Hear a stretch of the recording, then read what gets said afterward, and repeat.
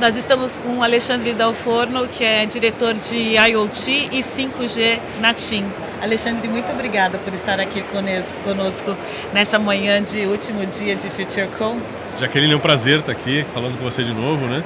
Mais uma FutureCon, né? Onde a gente traz aí um pouco do que está acontecendo no mercado de telecom, no mercado de IoT, no Brasil e no mundo, né? Você acabou de participar, Alexandre, de um painel falando sobre IoT, Internet das Coisas. A gente vem falando dessa tecnologia já há bastante tempo, mas parece que agora os projetos começam a realmente acontecer e a gerar resultados. Conta pra gente como é que está para a TIM, como é que a TIM tem visto esse movimento. Não, legal, realmente, né, a gente fala sobre a internet das coisas, né, eu estou como responsável por IoT na TIM há pelo menos uns 5 anos, e as coisas vão acontecer, começaram a acontecer mesmo nos últimos, talvez, 2 anos. Né? Mas por quê? Né? A nossa visão, e tem um pouco a ver com a estratégia nossa, que foi, como é que você vai fazer a internet das coisas se você não tem conectividade, né? Conectividade é um grande habilitador da internet das coisas, e você vai ter uma solução maravilhosa, se não está conectada, ela não existe. Né? Então nós fizemos um trabalho de investir muito em rede, né? Então trabalhando com a tecnologia NB-IoT, né? Hoje nós temos quase 5.000 cidades já com o NB-IoT implantado, então qualquer cliente nosso, né? Ou qualquer empresa que tem uma solução de internet das coisas pode usar essa rede, já está pronta para usar, é simples, né? Além do que o 4G, o próprio 4G mesmo, né? Nessas cidades, e agora chegando no 5G, né? Para habilitar novas soluções, casos de uso ainda bastante bastante novos nessa situação toda, né? E eu acho que isso tudo fez com que o ecossistema de desenvolvedores, de startups, né, de empresas que estão trazendo soluções de fora, inclusive, entendesse que o Brasil estava na hora de acelerar no Brasil essas soluções. E a gente vê nesses últimos anos, né, o caso da TIM hoje, o nosso crescimento de conectividade de machine to machine tem sido muito em cima de novas soluções que nós ajudamos a criar, né, dentro do cenário de ecossistema de NB-IoT, das conectividades que estão chegando no Brasil. Para a gente materializar, que soluções são essas? Quais são os exemplos que você tem? Não, legal. Assim, a gente fez um trabalho com várias empresas, tá, em vários setores, ajudando eles a trazerem essas soluções para o NB-IoT. Mas a principal, que deu muito certo, né, e que o mercado está crescendo muito rapidamente, é a de iluminação pública. Então nós criamos uma solução junto com uma empresa de Minas Gerais, a M2M Telemetria, de gestão de iluminação pública. Então as PPPs de iluminação pública viraram uma febre hoje no Brasil, né? Que são empresas privadas que exploram, né, a iluminação pública nos municípios. Elas têm a obrigação de ter uma parte desse seu parque de lâmpadas LEDs com gestão, né, com telegestão. Então nós criamos uma solução baseada na nossa tecnologia de IoT, onde o cliente consegue, né, entender qual o status dessa lâmpada, se ela está queimada, se ela está funcionando, se ela está com algum problema, assim como ela consegue atuar nessa lâmpada, fazendo a dimerização. Então, num período que você não precisa ter tanta iluminação, você consegue reduzir e ter ganho, né, de gasto de energia. E além do que, essa nossa solução foi a primeira solução a ter um medidor de energia homologado pelo Inmetro. Então ela faz uma coisa que hoje a maioria das prefeituras, as PPPs pagam a energia por uma média, né? E aí quando você consegue medir essa energia, você consegue, na verdade, pagar por aquilo que você está usando. E aí com isso fazer a otimização, que é tão importante, né? Sim. Né, para o famoso ESG, né, de você conseguir economizar energia, né? A gente tem mais de 5.500 municípios, né?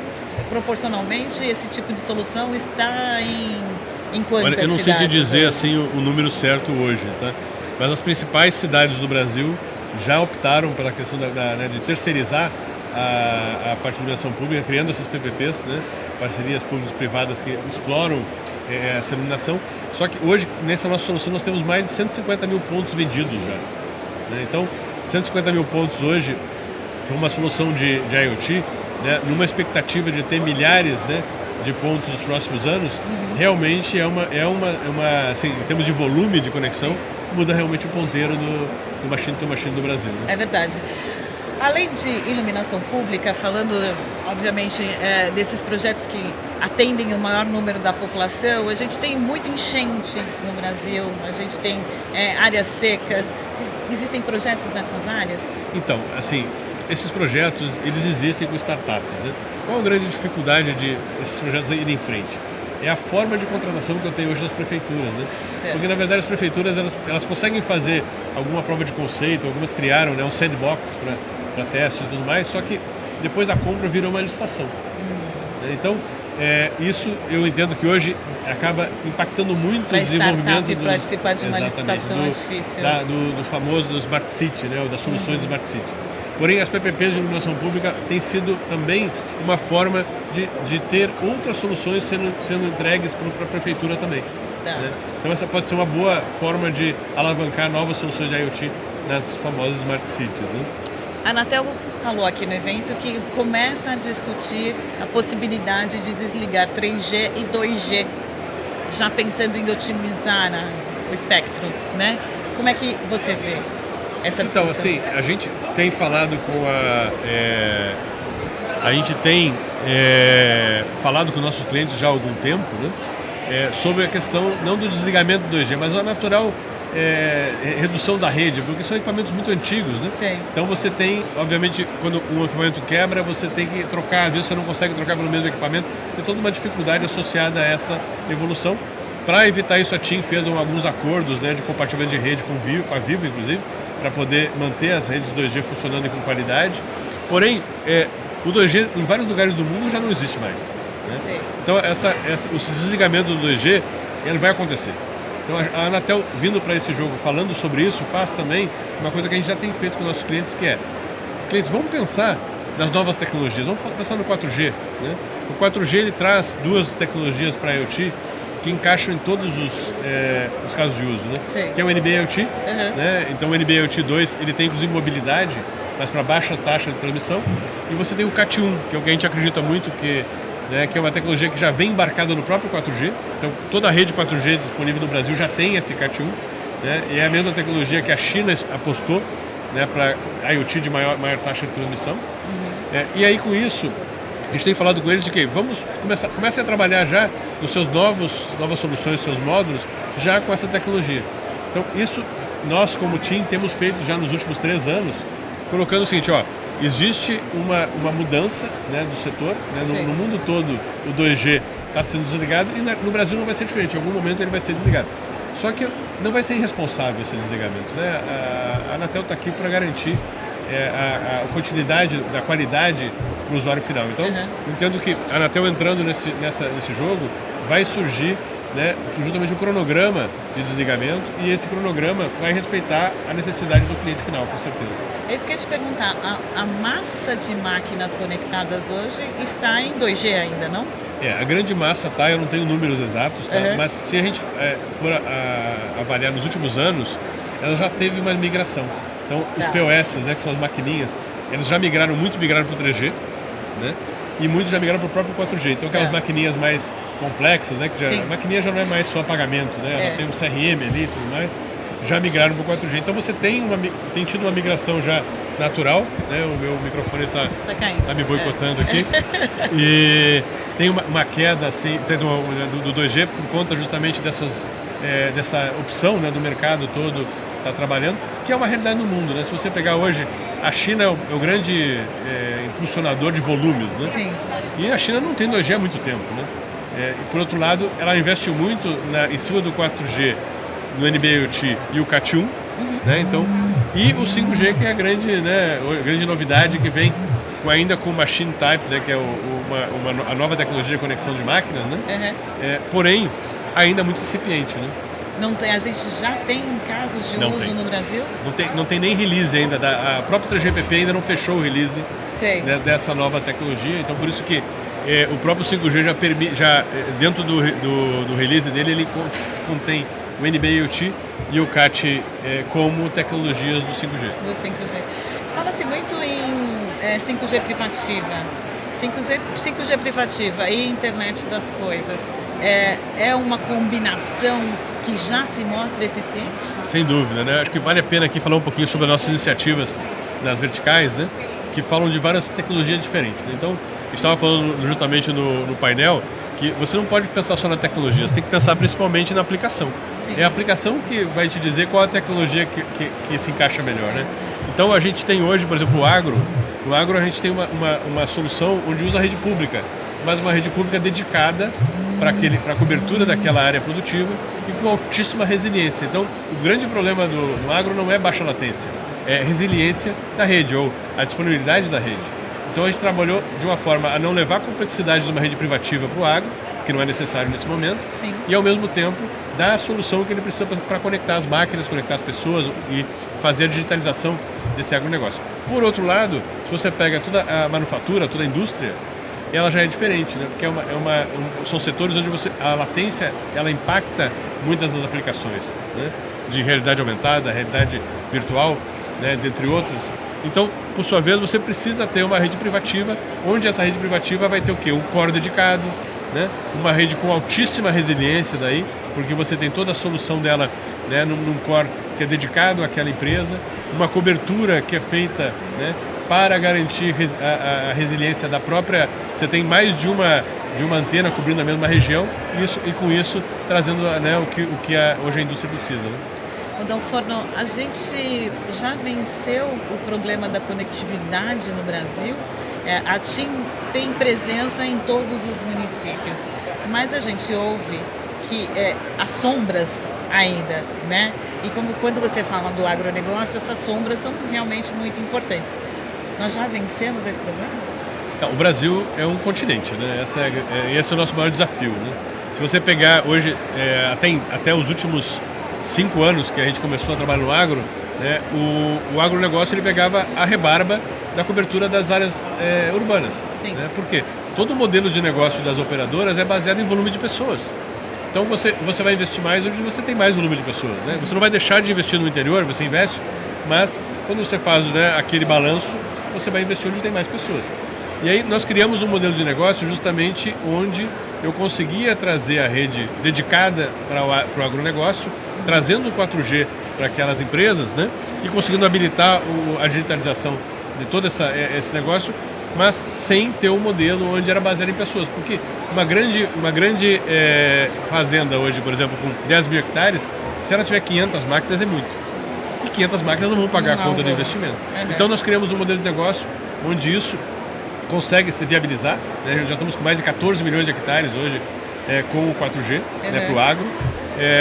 Então, para mim, assim, nós temos soluções hoje que endereçam o agro, né, nessas regiões onde a conectividade não chegou por conta da necessidade de pessoas, mas já temos modelos de negócio que conseguem endereçar. Além do agro, quais são os outros setores estratégicos para a TIM? Excelente pergunta. Na verdade, hoje nós temos algumas verticais prioritárias, né? O agronegócio é a principal delas. Logística é outra, né? Que nós estamos investindo muito na questão das rodovias, né? Sim. Por vários, acho que a última a ser anunciada foi a parceria nossa com a CCR na Rio São Paulo, né? E na 101, né? Onde as concessionárias elas têm a obrigação de colocar a conectividade, né? Tanto para a comunicação da operação quanto para, em algumas delas, para a comunicação dos usuários com o centro de operação. E nós trouxemos uma solução onde o 4G, né, com uma rede realmente dedicada, quer dizer, uma rede feita para aquela operação, ele permite resolver isso. Então hoje nós já temos mais de 3 mil quilômetros já contratados com concessionárias, né, então já divulgados. Nós temos, né, a rodovia Eco Araguaia, né, da Eco Rodovias, lá no Tocantins, que pega Goiás, Tocantins. A gente tem a CCR, como eu falei agora há pouco, com o Rio São Paulo. Temos com a Huawei, que é outra concessão no Mato Grosso do Sul. Temos com a IPR também, que é uma concessão do sul de Minas e Triângulo Mineiro. Então, está crescendo muito rápido. A gente conseguiu criar uma solução que se encaixou muito bem na necessidade do segmento. E assim, a primeira venda foi feita no final do ano passado e a gente já está com um volume muito grande aí, né, de negócios fechados. Né? Que tipo de eficiência Desculpe, a gente eu esqueci de falar dos outros verticais. Né? Falei, ali na logística nós temos indústria, né? E a parte de utilities com o Smart City, muito focado nessa parte de iluminação pública e telemedição de energia, gás e tudo mais. Bacana. O que a gente extrai de benefício, falando em rodovia, porque a maior parte da logística brasileira é feita por rodovias, né? Que benefício se extrai para quem está utilizando essa solução? Legal. Ontem eu estava num cliente, justamente de rodovias, na concessionária, né? Falando um pouco sobre isso, e eu vi deles muito isso, né?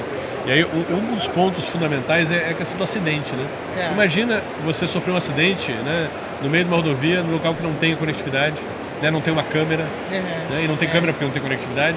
Então, e aí, como é que você faz? Como é que você é visto que você teve um problema? O que eles fazem hoje em dia?